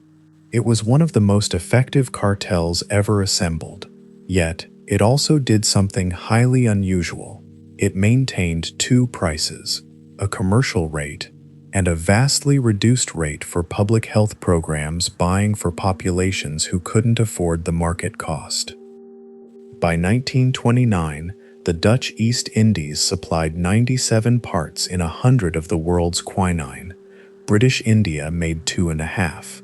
Everybody else on Earth, together, made half of 1. A clerk in an office in Amsterdam decided, on a given morning, what a fever in Bengal or Lagos or Bahia was going to cost. For half a century, the price of the world's most important drug was dictated from an office in Amsterdam. The monopoly held until a world war tore Java from Dutch hands, shattering an arrangement that never fully recovered. The office closed its doors for good in 1961. There is no dramatic collapse in South America to report. There is simply a trade that stops. The bark ports went quiet. The men who had walked the Ceja de Montana for 2 centuries looking for trees found nobody buying, and their sons did not learn the skill because there was no living in it. The knowledge of where the good trees stood, which was the only thing in this entire story that could not be bought, moved, patented, or shipped in a glazed box, was allowed to lapse for lack of a market. The forests did not come back either, or at least not quickly.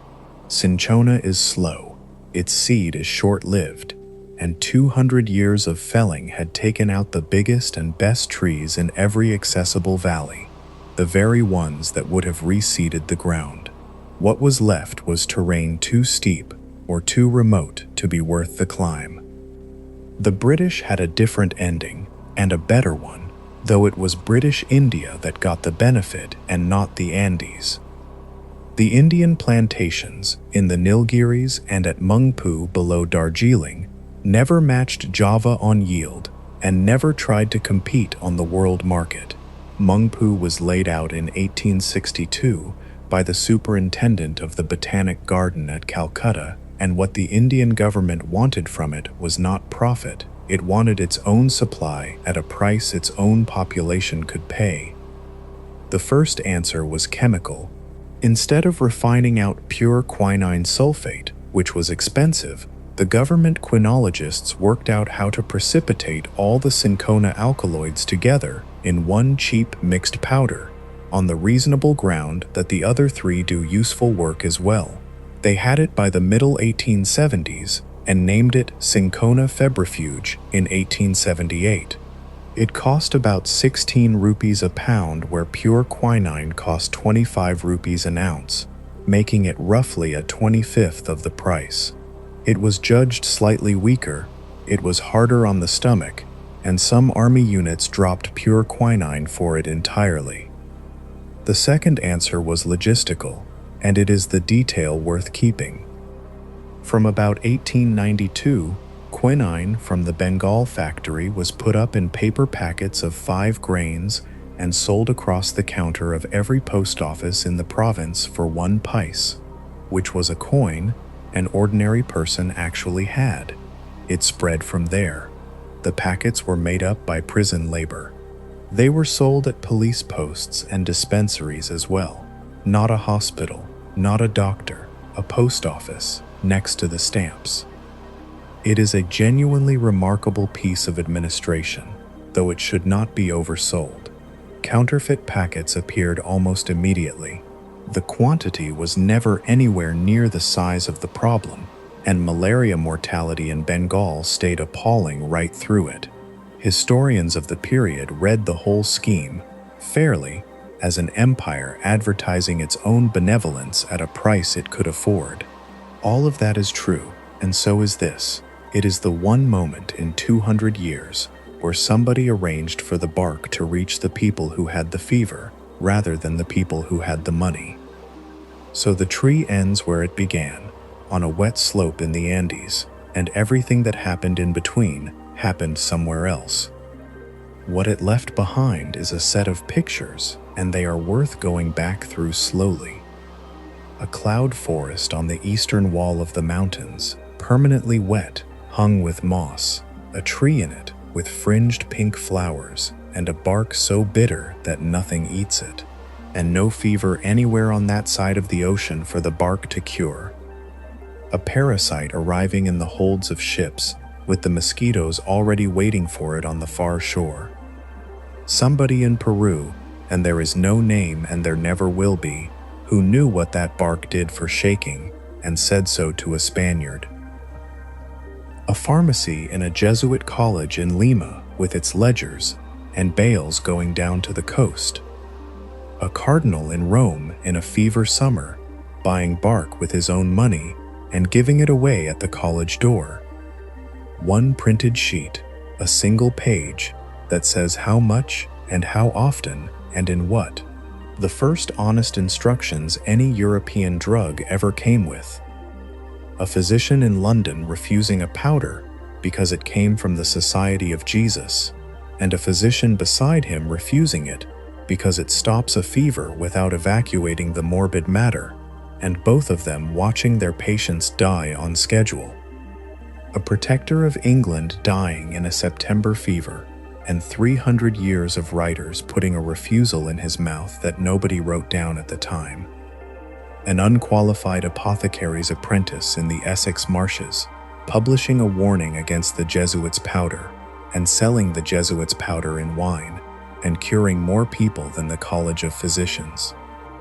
A Sun King buying a secret for a sum nobody can now name, on condition it stays a secret until the seller is dead. A French geometer at the equator, sent to measure the shape of the world, sketching a tree on the side. A botanist in the same party staying 35 years, getting 400 unlabeled specimens home and nothing else, and never working again. A Swede in Uppsala who never saw the mountain, naming the genus for a countess who was never ill, and misspelling her while he did it, and the spelling standing to this day because the rules say it must. A man with a machete, a bag of maize, and a mule, 3 days up a wet slope, felling one tree, beating the bark loose, laying the strips out to curl in what sun there is. A forest that empties outward from the roads, and a trade that walks further south every decade to find what it has already used up. 2 chemists in a Paris pharmacy school in 1820, separating a white salt out of a brown powder, giving it the Quechua word for its name, and declining to own it. A steamer on the Niger in 1854, and every European aboard taking a daily dose before anyone is ill, and all of them coming home. And a continent that had been closed for 400 years standing open behind them. Bottles of quinine sewn into a coat and packed into the hollow head of a doll, going south through a blockade. A glass of quinine solution on a Victorian windowsill, glowing blue in light no eye can see, and a word coined for it that the whole of modern science still uses.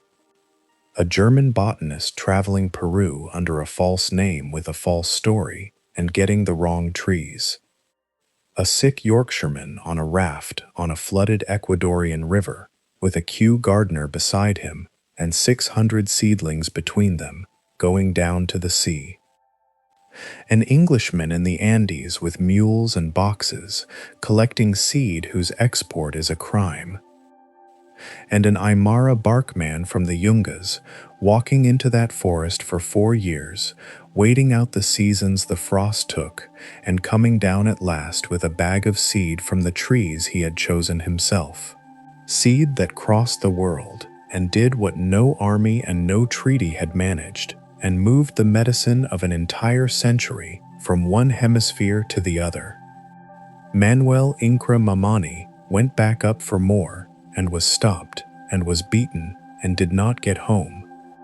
Nothing carries his name. The tree carries the name of the man who paid him, and it does not even carry that anymore, because the botanists have since folded it into a species that was already named. What is left now is quieter than any of it. The Java plantations are gone as a monopoly, and the office in Amsterdam that set the price closed a long time ago. Cinchona is still grown, in Java and in Central Africa and in South America, on a modest scale, mostly for the drug and partly for the tonic trade, because there is still no cheap way to build quinine from nothing, and the tree remains the easiest place to get it. In the Andes, the wild trees are recovering in the country too steep to have been worth the walk, and are scarce in most of the country that was. Some Cinchona species are now on the lists of plants of conservation concern in their own home range, which is a strange fate for the most valuable tree in the world. And in one place, the story has turned itself inside out. Cinchona was carried to the Galapagos in the middle of the last century and planted on the highlands of Santa Cruz, a few trees, by somebody who thought it might make a crop. It liked the island. It seeds by the 100,000, and those seeds have wings, and there was nothing there to stop it. It has spread across the highlands and shaded out the low native scrub that grew there before, and the island's conservation service has spent decades pulling it up and cutting it down. It has not been beaten. The work is annual and continuing, and will be for as long as anybody is prepared to pay for it. So the tree that men once walked 3 days into a forest to find a single specimen of, and felled when they found it, and smuggled out under false names at the risk of prison, is now grubbed out by work parties on a volcanic island in the Pacific as a weed. The plant did none of this. It made a bitter chemical to stop caterpillars, in a forest where the disease it happens to cure had never been. Everything else, the cardinals and the countess, the blockade and the beating in the Youngus, is what people did with that accident once they found it. We keep the word. Quinine still carries the Quechua for bark, 3 centuries and 4 languages later, in every pharmacy on earth, and hardly anybody who says it knows that they are saying a mountain word for the skin of a tree. The forest is still there, in the places nobody could reach. It is dark by now, and wet as it is most nights. The mist comes up the slope after sundown the way it always has. Somewhere in it, a cinchona is standing with its bark intact, doing nothing at all for anybody, which is exactly what it was doing before any of this started.